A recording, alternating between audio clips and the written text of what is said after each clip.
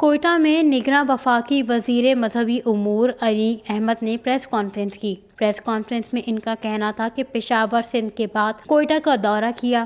کوئٹہ میں گزشتہ روز اجلاس ہوا جہاں شاندار گفتگو ہوئی۔ کوئٹہ کے تمام علماء اجلاس میں شریک ہوئے جہاں زیر حاصل گفتگو ہوئی۔ حاجی کیمپ کوئٹہ کا دورہ کرنے کا مقصد حالات کا جائزہ لینا ہے۔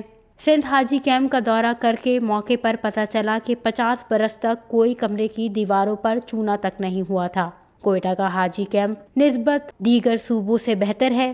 کوئٹہ حاجی کیمپ کو مزید بہتر بنانے کی ضرورت ہے۔ ان کا مزید کہنا تھا کہ گزشتہ سال 4000 حجاج کوئٹہ سے روانہ ہوئے تھے۔ کوشش ہماری یہ ہے کہ حجاج سروس میں کوئی کمی نہ رہے۔ کوئٹہ سے گزشتہ سال حجاج کرام کی جانب سے درخواستیں کم ہوئی ہیں۔ حجاج کرام کی جانب سے درخواستیں کم آنے کی وجہ معلوم کر کے مسائل حل کریں گے۔ افغان مہاجرین کے پاسپورٹ بلاک ہونے سے درخواستیں کم آئی ہیں۔ انشاءاللہ 2024 حجاج کے لیے بہترین ہوگا۔